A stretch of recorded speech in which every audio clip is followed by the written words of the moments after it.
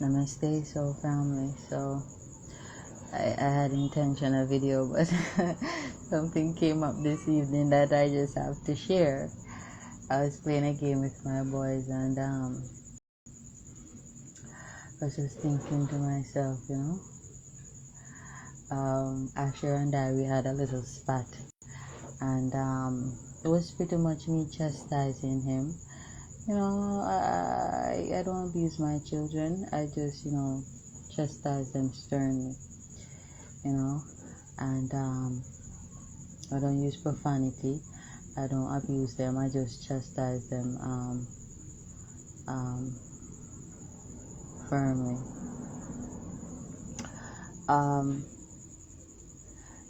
Being a parent, I'm not saying I was always a perfect parent. Let me just say that first and foremost, because it has been a learning process for me. And so, you also learn about parenthood. And in my earlier years being a mother, at first I was a bit anxious in terms of, fearful, because it was new to me. And something, being new to you tend to, if you really want to do your best, to be concerned, and you might be overly concerned to the point where in which you're anxious or worried. And I passed that phase. I realized there was nothing much to worry about, because though I didn't have all the answers, I realized nobody has all the answers. And it's pretty much doing the best that you can, and that's just what it is. And like I said, I was never the perfect mother. I had to learn how to talk to my children. I had to learn the choice words to use. I had to learn how to discipline them. And I learned abusing a child, putting a hand on a child is not the way to discipline a child. Yeah, it's as though you have some hatred towards that child, and I don't want to rear my children rather, in that fashion. I want it to be a loving and a nurturing relationship. Yes, they're not my enemy, I'm not their enemy. They're not my foe, I'm not their foe. And therefore, there should be no animosity, there should be only understanding. And therefore, it's also a humbling process, because, and even when you think you get it, you still don't get it, completely or through and through. Because you may have, moments where in which you, not saying that you abuse them, but you might find that, where you might be too blunt, or you might, raise your voice too much, and, you realize, okay, that technique is not, and I'm talking about threatening, the children, like what you heard in that voice note, that not voice note, that recording yesterday, as though, you're hostile, towards the children, or there's some hostility, it's some, foe-like situation or enemy-like situation. They're children, and how we perceive things, it's completely different from how they perceive things. And we must remember how we were as children, how pretty big everything seemed, and also how oblivious we were. Yeah, so the things that we expect them, or the concepts that we expect them to get or understand, just understand that it's far out of their reach to understand.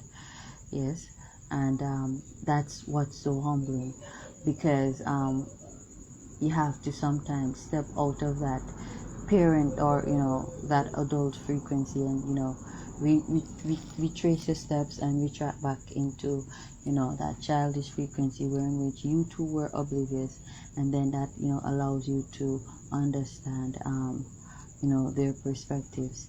And it's that's why, it's good to be humble as a parent, because you have to listen to them. And so we were playing this game of Rami. Maybe some of you know about this game. It's a very educational game, I consider. It teaches one about the states and the state capitals of the United States of America, of course. And it's a way to expand on your knowledge, yeah. And they've been catching on well, and Joshua even knows the shape of many of the states, because at the back of the cards they have the shape of the states, right? And he was looking at the back of one of the cards, and he pointed out several states to me and told me, "Oh, mommy, that's Idaho. Yeah, that's and Asher, he's coming on.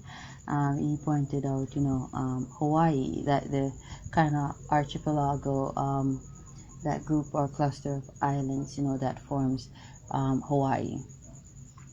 And also you got a couple of them very, well, Texas and some others, and it's just really, a beautiful experience, having fun with the children whilst they're learning. He wanted to learn the capitals, yeah, and that's how he is. He's a sun in Virgo like me. Virgos tend to be introspective, but it too has a lot to do with the frequency year one was born in. If it synchronizes well with that Western sun placement, right? Is it an aid? Is it an ally? Or is it conflict? Or is it contradictory? So I suppose his Chinese astrology frequency synchronizes well with his Western frequency, sun frequency. Yeah, I kind of could see how that kind of goes that way, in a kind of way. Now I'll see as he gets older. Like I said, everyone is pretty much a case study for me, and that's how it is, like being a scientist. But there are some rules to the game, and I went on to say, okay, you cannot have more than 5 cards in your hand at a time. And I was like, you have to learn, because I don't know, maybe I'm a woman of principles, and so I want you to learn, and so I wanted to learn, yeah. But I feel like I forgot that I'm an adult and they're children, and I had to remember that being a child, one's perspective is completely different from one who's a grown up and adult. And he got frustrated because he had 6 cards, or was it 7 cards, and unbeknownst to me, unbeknownst to him, when I caught on to what was going on, I was like, okay, Asher, you lost your turn. Yeah. And he was furious, and there started our spat, and I realized how grown my sons are, because though he's a child, but his level of reasoning was so profound. I was like, I was well disciplined, and I wasn't upset at his tantrum. He made perfect sense, and he was right. And I felt I stood corrected. I apologized as his mother, because you're never too old or grown to apologize, yeah. And when you offend, as long as you're in the wrong, you gotta apologize, because that's what the Lord says. Apologize. Clear the air with those who you have qualms with, or you've had a spat with, yeah. And and then you come and you offer.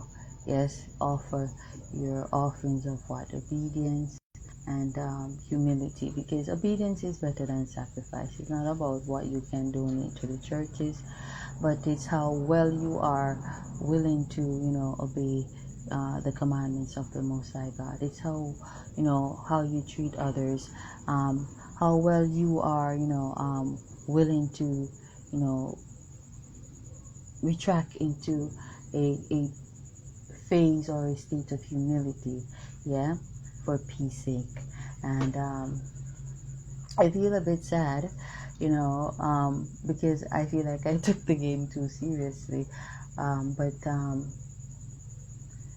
I want my sons to, be grown in that manner in which they take things that they're supposed to take seriously. I want them to be, men of principles. Yeah, I am like that.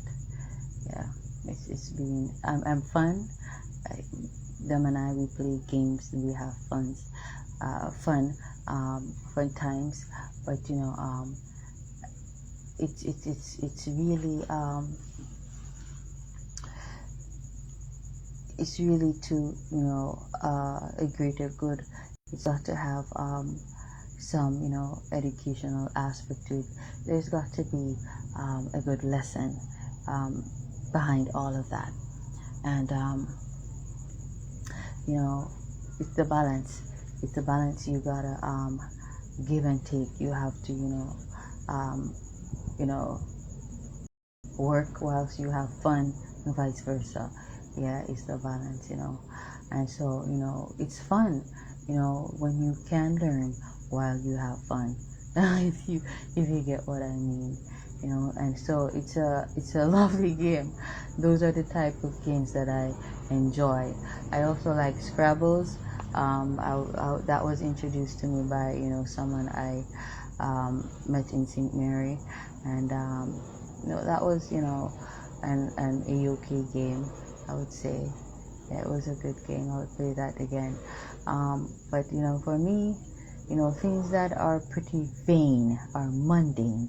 There is no educational aspect to it. There is no gain, from it. It's, pretty much of a waste to me. And there's no entertainment in such things for me. I have to learn in some way, shape, or form. And, that's also the attitude that I'm trying to manifest in my sons. Yeah? Learn. Now, I do consider myself a good mother, yeah, because of those attributes, I wish I still had them, but I still have them because by law I'm supposed to. I just need my own place, that's all, and we're good to go, and we'll have much fun, lots of fun, because I don't know how parents, they do it. For years they abuse their children. They, it's as though it's, a prisoner warden kind of relationship where the child is a prisoner and they're the warden. I just cannot rear my children like that, and the older I get is the more I'm learning, that humility is the best way to, being humble is the best way to be, taking the path of least resistance, of humility. That is humility. The path of least resistance is the best path to, traverse, because it makes you tend to, use way less energy. You exert way less energy. And I'm such a Pisces rising. I'm gonna tell you that, because the spirit, it doesn't matter how the body looks. It's the spirit that gives the body that feel you feel and the life thereof, because the spirit is what quickens the body. And not that I feel tired. I have a lot of energy and strength, but I just no longer have the energy for certain things, for certain mentalities. To be a certain way. I've grown out of a certain, mentality or perspective.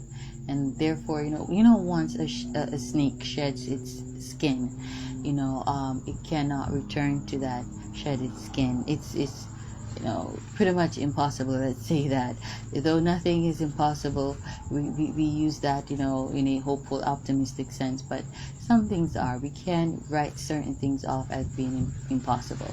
And, a snake returning to its former,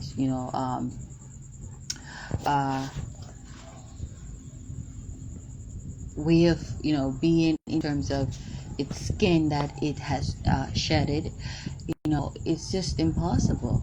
Once the snake has shedded that skin, it's a new snake. Okay, it's a new snake, and that's who I am. I'm a snake. Okay, not in a negative sense, but I tend to transition, and having Aquarius trying along with that, amplifies that, characteristic of me, being a transformer. Okay, being, a transitioner, and that's who Virgo is, a transitioner, the hermit. Okay, between, the physical and the non-physical, because it is the 6th zodiacal frequency. Yeah, it is the 6th, and so it is, one of them middle frequencies, I must say, or we can call it the middle frequency, because, like I said, it's the transitioner. That's the the alias, one of the alias that it bears. It's the transitioner. Okay, so it takes you from life to death, yes, and vice versa. And so, I've learned, that the path of least resistance is the best path there is, and you can also interpret that as being humble, or bearing humility. Yeah. So once you humble yourself, and you know that even your children can chastise you, and you allow them to chastise you, in the sense in which I think I made mention of this in a previous video. I'm not sure if it was last night, or if it was earlier today, or recently, but it was recently, that once you let me try to remember exactly what it was that I said. You have to know that you have to be an excellent judge for yourself, or in which it was last night. See, like, it was last night. Yes, where in which I was making mention of the televangelists and so-called ministers and so-called bishops and so-called pastors. You have to learn to trust your own intuition and not rely on anybody else's, because we are all capable of connecting to spirit, touching source, connecting to source, and gaining insights. We're all capable, if we allow ourselves to transcend and to balance ourselves, mind, body, soul, and spirit. All right, and when you've attained that form of balance, and you've transcended, you not, it doesn't say that you're perfect. That's not what it means. Okay, Sila, what it means is that you have a form of discernment, which is understanding. So someone can correct you, and you stop and you look at yourself and you realize, okay, you messed up, and this person, they're not trying to deceive me. They're not trying to cast illusions for me to think that I'm wrong when I'm right. They are right. I was wrong. Yes, baby? Let me see how much it's at. Okay? And let me check on this tablet for Joshua. Let me see which one is. Hold on. Oh, this is Asher's. Hold on, baby. It's at 47. Give it to me before you go to bed, okay? I'm gonna give it to you, but give it to me before you go back to bed, so I charge it for you. Alright, so it's at 47. Remember to give it to me so I can charge it for you so you can use it in the morning. Why didn't you put on your shirt before you asked me for the tablet? Okay, I just need to give me my tablet. Wait, let me ensure. I believe this is okay, baby. Here you go. Okay. All right, baby. I love you. Be careful. Okay, mommy. Yes. So.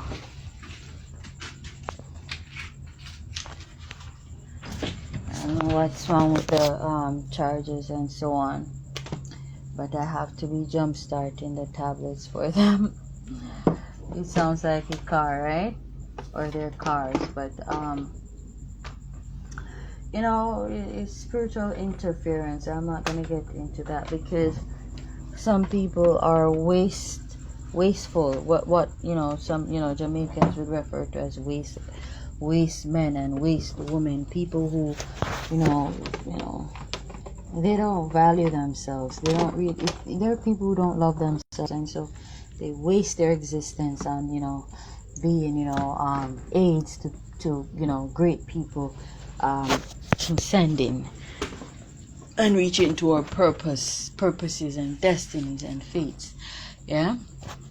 So they're not worth mentioning, but they have to be charging the tablets because I keep telling them, do not allow the tablets to die because they take a while for them to. It takes a while for them to start up. Yeah, and I have to be monitoring them because the charger that I use to jump start them, it's they're it's very not the tablets really, though I don't know if something wrong with the tablets themselves, but the charger that I used to jump start them as though they're cars, it's defective, as well as this other charger that they recently got, it's worthless. It's not starting up the tablets when they're dead. So I have to be using an old charger to do the trick. So sometimes you see that's like an omen that not everything that's new is best. Sometimes the old one does the trick the best, or is better for whatever purpose you're trying to accomplish. And so therefore it also goes to say the grass isn't greener on the other side. It's pretty much just greener where you water. Yeah. So if you that's for another time to get into that whole I've spoken on this topic already about the greener grass situation, but people will just always do what they want to do. Yeah, that's pretty much that.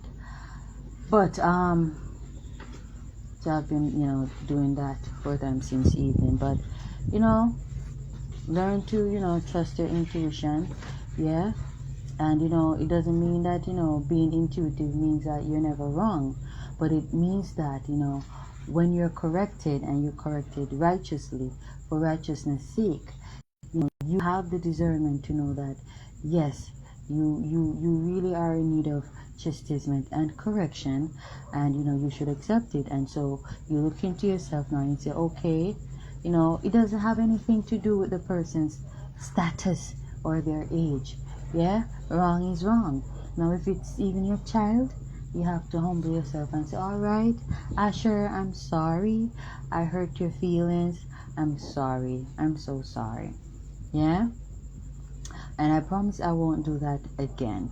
Now that I know that hurts your feelings, I will not do it again. Because to be honest, it's it's just a game. It's nothing serious. And we're back to being best buddies and everything is copacetic.